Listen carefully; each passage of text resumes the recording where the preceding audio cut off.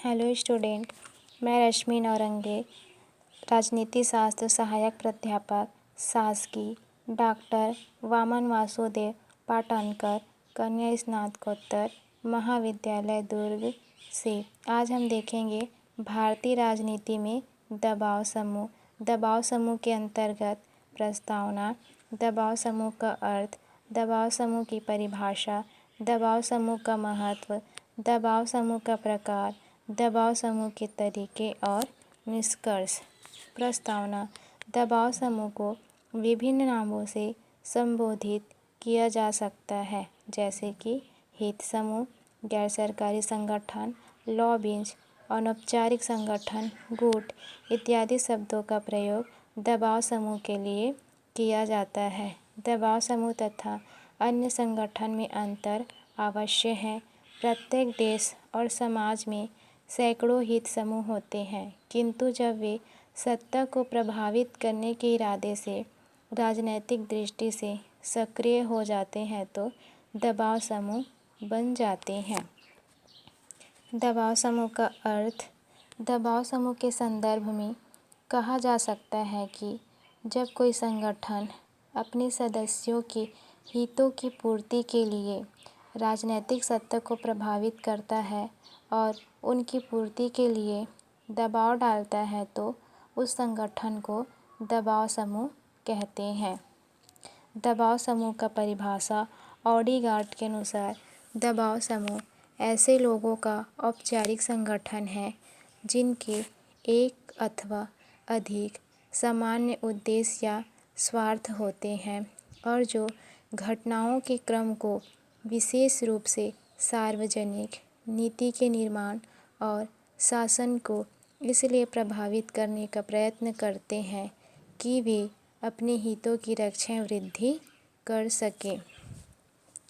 दबाव समूह का महत्व: शासन के लिए सूचनाएं एकत्रित करने वाले संगठन के रूप में दबाव समूह प्रत्येक देश में सरकार तथा शासन के लिए आवश्यक एवं महत्वपूर्ण सूचनाएं एकत्रित करने का कार्य दबाव समूह के द्वारा ही किया जाता है। दबाव समूह शासन के सूचनाओं के गैर सरकारी स्रोत के रूप में भी दबाव समूह महत्वपूर्ण भूमिका अदा करते हैं। दूसरा है शासन को प्रभावित करने वाले संगठन के रूप में दबाव समूह। आजकल दबाव समूह का अस्तित्व एक ऐसी संस्था या संगठन के रूप में किया जा सकता है जिनके पास इस दृष्टि से काफ़ी शक्ति होती है कि वह अपने स्वयं स्वार्थ या हित विशेष की रक्षा के लिए सरकारी मशीनरी पर उपयोग व सफल प्रभाव डाल सके। तीसरा है सरकार की निरंकुशता को सीमित करना। प्रत्येक शासन व्यवस्था में केंद्रीकरण की प्रवृत्ति बढ़ रही है और समूची शक्तियां सरकार के हाथों में केंद्रित होती जा रही है। दबाव समूह अपने साधनों द्वारा सरकारी निरंकुशता को परिसीमित कराते हैं। चौथा है व्यक्ति और सरकार के मध्य संचार के साधन। दबाव समूह द्वारा लोकतांत्रिक राज्य व्यवस्था में व्यक्तिगत हितों का राष्ट्रीय हितों के साथ संबंध स्थापित करने का प्रयत्न किया जाता है। ये समूह नागरिक और सरकार के बीच संचार साधन का कार्य करते हैं। पांचवा है जनतांत्रिक प्रक्रिया की अभिव्यक्ति के लिए दबाव समूह। दबाव समूह को लोकतंत्र की अभिव्यक्ति का साधन माना जाता है। लोकतंत्र की सफलता के लिए लोकमत तैयार करने का कार्य दबाव समूह के द्वारा ही किया जाता है ताकि विशिष्ट नीतियों का समर्थन अथवा विरोध किया जा सके। दबाव समूह के प्रकार। संस्थागत दबाव समूह। संस्थागत दबाव समूह वे समूह होते हैं जिसमें राजनीतिक दल, विधानमंडल, सेना, नौकरशाही इत्यादि में सक्रिय रहते हैं। ये औपचारिक संगठन होते हैं। वे अपने हितों की अभिव्यक्ति करने के साथ साथ अन्य सामाजिक समुदाय के हितों का भी प्रतिनिधित्व करते हैं, मतलब स्वयं की आवश्यकताओं की पूर्ति या हितों की पूर्ति के साथ ही अन्य सामाजिक समुदाय के हितों का भी प्रतिनिधित्व करने का कार्य संस्थागत दबाव समूह के द्वारा किया जाता है। दूसरा है भारतीय राजनीति में समुदायगत दबाव समूह। समुदायगत दबाव समूह वह समूह होता है जो कि हितों की अभिव्यक्ति के विशेषीकृत संघ होते हैं। इनकी मुख्य विशेषता यह है कि यह विशिष्ट हितों की पूर्ति करना होता है। ये अपने आधुनिक परिवेश में भारतीय राजनीति में सक्रिय हैं। तीसरा है असमुदायगत दबाव समूह।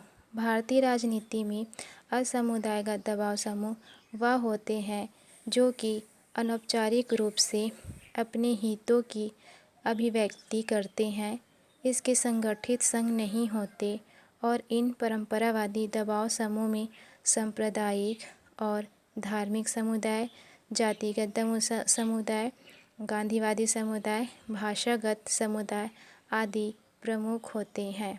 चौथा है भारतीय राजनीति में प्रदर्शनकारी समुदाय।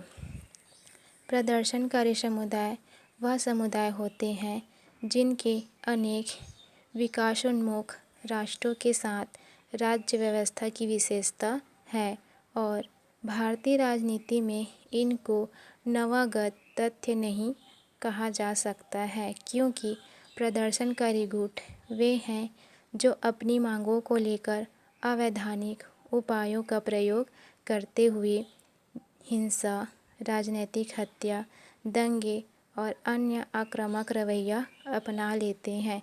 मतलब इस समुदाय के अंतर्गत ऐसे कार्य किया जाता है जो अपनी आवश्यकताओं या मांगों को पूरा करने के लिए कोई भी अवैधानिक कार्य इस समुदाय के द्वारा किया जा सकता है।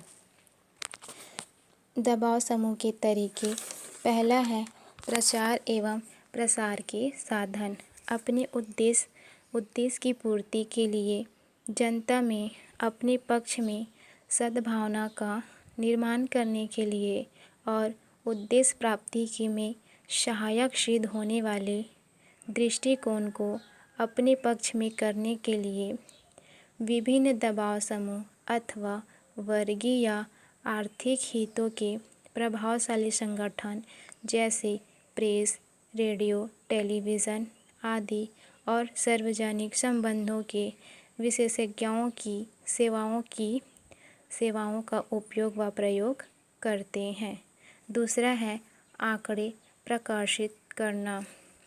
आंकड़े प्रकाशित करना नीति निर्माताओं के समक्ष अपने पक्ष को प्रभावशाली ढंग से प्रस्तुत करने के लिए दबाव समूह के द्वारा ऐसे आंकड़े प्रकाशित करते हैं ताकि अपनी बात को पूरा करवा सके। तीसरा है गोष्ठियाँ आयोजित करना। दबाव समूह द्वारा विचार विमर्श तथा वाद विवाद के लिए गोष्ठियाँ, सेमिनार, भाषण एवं वार्ताएं भी आयोजित करते हैं। इन गोष्ठियों में अधिकारी के रूप में प्रमुख, विधायिका के प्रमुख को आमंत्रित किया जाता है और उन्हें अपने मत से प्रभावित करने का प्रयत्न करते हैं। चौथा है रिश्वत, बेईमानी तथा अन्य उपाय। अपने ध्येय की रक्षा के लिए दबाव समूह के द्वारा रिश्वत व घूस देने से नहीं कतराते, बेईमानी के तरीकों का भी यथासंभव प्रयोग करते हैं तथा विरुद्ध हितों को अपने स्वार्थ सिद्धि के लिए बदनाम करवा लेते हैं। पांचवा है प्रदर्शन। कभी कभी दबाव समूह द्वारा उग्र आंदोलन तथा प्रदर्शनकारी साधनों का भी प्रयोग किया जा सकता है। प्रायः प्रदर्शनकारी दबाव समूह द्वारा ही ऐसे साधनों का अधिक प्रयोग किया जाता है। आजकल तो दूसरे अन्य दबाव गुट भी हड़ताल, जुलूस, रैली आदि साधनों का आमतौर से प्रयोग करने में लगे हैं। निष्कर्ष। दबाव समूह तथा हित समूह से हम अपेक्षा करते हैं कि वे सार्वजनिक हित की अवधारणा को स्वीकार करते हुए सार्वजनिक जीवन की अभिवृद्धि तथा उन्नति के लिए अपने आप को प्रस्तुत करेंगे। विदेशी दबाव का सामना करने के लिए राष्ट्रीय इच्छा शक्ति एवं राष्ट्रीय भावना विकसित करना आवश्यक है। हित समूह तथा सार्वजनिक हित के मध्य संतुलन स्थापित करना एक समस्या बनी हुई है।